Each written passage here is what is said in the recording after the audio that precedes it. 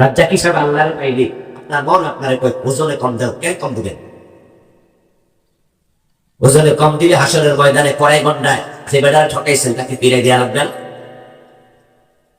কি ভাবছেন আপনি? 1000 গ্রাম 1 কিলোগ্রাম হবে, 900 গ্রাম দিলেন, 100 গ্রাম কম দিলেন, যারে কম দিলেন সে কি আপনার টাকা কম দিছে? হ্যাঁ না বলতে হবে তো। আপনি যে তার 100 গ্রাম কম দিলেন সে কি টাকা কম দিছে? তো আপনি টাকা বেশি নিলেন কেন?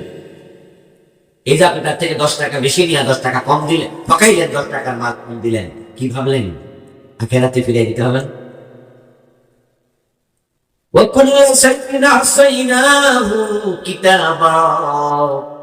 আল্লাহ তাআলা বলেন আমি সব কিছু কিতাবে লিখে রাখি।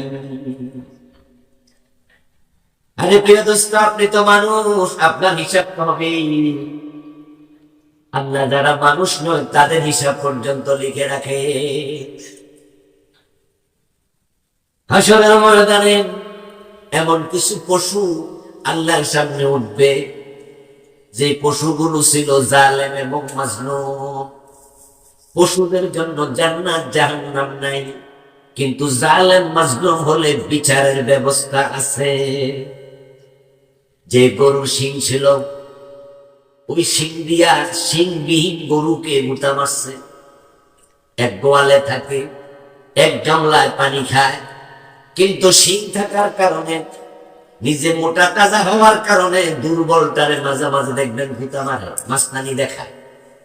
দেখেন এরকম যে কুত্তা মোটা তাজা, দাঁত আছে খুব শক্ত, বয়স হতে আপনার তাগড়া, দেখবেন ঠিক না কুত্তারে কামড়াইয়া এলাকা সারা করে।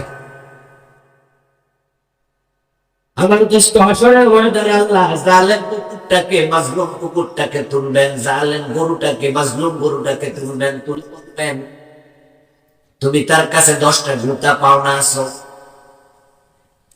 কারণ তাকে আমি শিং দেই নাই, তাকে শিং দিয়েছি। এখন শিংওয়ালা শিংবিহীনকে অযথা গুতাগুতি করছে, জুলুম করছে। যেহেতু আমি আল্লাহ নে বিচারক, এজন্য আজকে আমি তোমারে শিং দিলাম, করে দিলাম না, 10টা গুতা তুমি ফিরাইয়া দাও। তোর তাগড়া বানাইছিলাম, জোয়ান বানাইছিলাম, ও কুকুর তোর শরীরে বল ছিল, চিকন কুকুরকে তুই কামড়াইছ, 10টা কামড় সে পানা আছে। আজকে তোকে চিকন বানাইলাম, তাকে মোটা বানাইলাম, তুমি 10টা কামড় ফিরাইয়া দাও। এই বিচারটা করা হবে মানুষের বিচারের শুরু হওয়ার আগে। লোকজন দেখবে, তারপরে বিচার যখন শেষ, আল্লাহ তখন বলবো কোন তোরা, এবার তোমরা জালেম মাজলুম পশু, তোমরা মাটি হয়ে যাও, মাটির সাথে মিশে যাও। কারণ তাদের জন্য জান্নাত জাহান্নাম নাই। যখন এই প্রাণীগুলো মাটির সাথে মিশে যাবে, হাসরের ময়দানে জালেম মানুষও উপস্থিত আছে না নাই? মাজলুম উপস্থিত আছে কিনা? যে ওজনে কম দিছে সেও আছে, আর যারে ঠকাইছে সেও আছে। আল্লাহ বলবে তুমি তার কাছে এত টাকা পাও না, আমি এটাও লিখে রাখছি। দুনিয়ায় টের পাও নাই বেটা যে তোমারে ঠকাইছে, কিন্তু আমি আল্লাহ তো নেই বিচারক, তাই তোমার এখন জানাইয়া দিছি তুমি তার কাছে এত টাকা পাও না। তখন সে বলবে এই নিয়ে আমার টাকা দেও।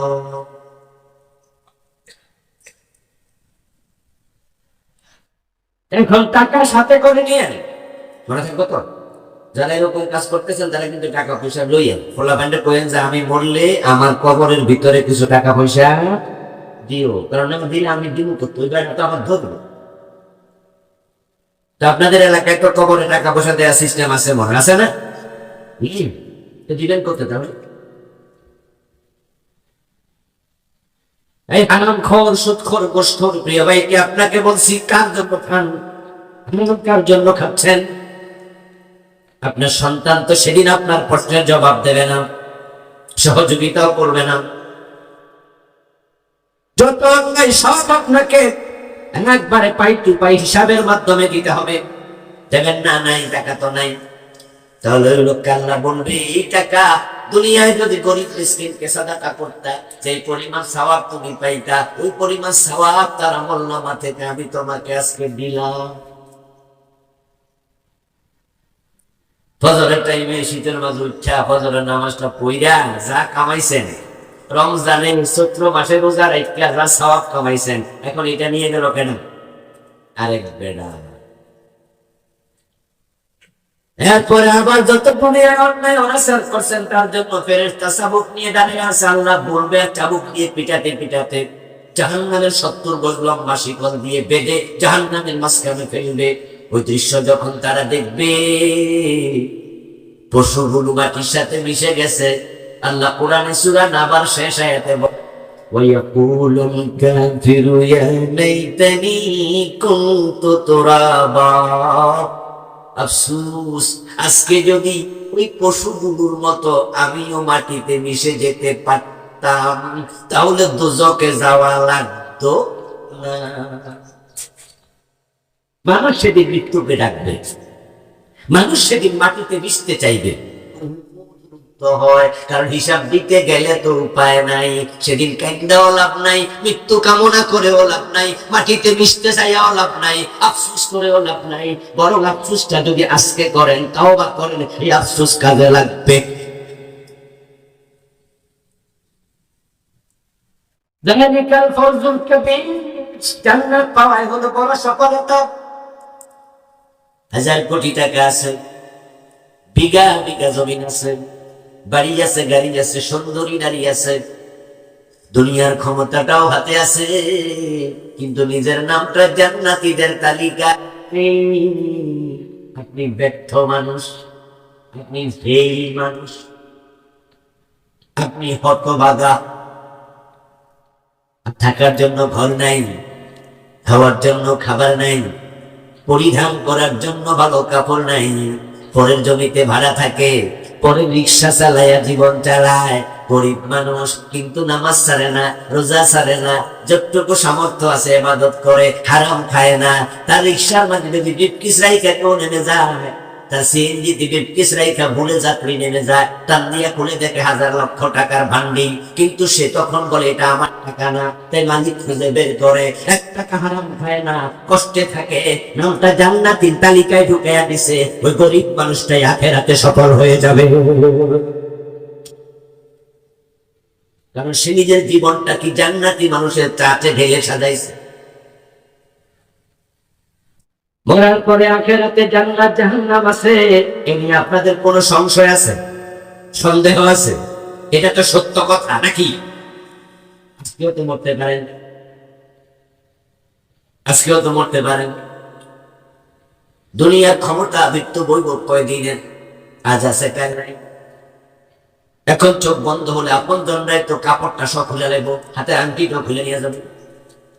ওই আংটিটা যদি বেশি টাকার হয় নিজেরা রেখে দেবে, কম টাকার হলে ফালাই দেবে, কিন্তু আপনার হাতের মাঝে রাখবে না, হাতে কবরে দেবে না। আমাদের মায়েদের কানের ফুল, নাকের ফুল, কানের ফুল, হাতের বালা, গলার চেইন খুলতে খুলতে আপন জনেরা সালোয়ার কামিজ পর্যন্ত খুলে ফেলে সাদা কাপড় দিয়ে ঢেকে কবরে দিয়ে দেবে। ওই কবরে একটা বিছনা চাদর দেওয়ার সিস্টেম নাই। বর্ষাকালে মারা গেলে কবরে পানি ওঠে, পানির মাঝে কোন রকম খাদায় পানি চলে যাবে, লাশটা পানির মাঝে বাঁচবে। 1 সেকেন্ডের নেই ভরসা, মরণ ঘাড়ের পরে, বিপুল সম্পদ করছো জড় বিলাসের তরে। বুলবুল পাখির নে এসেছিল হেতা, বেঁধেছিল বাসা বড়ই মমতায়।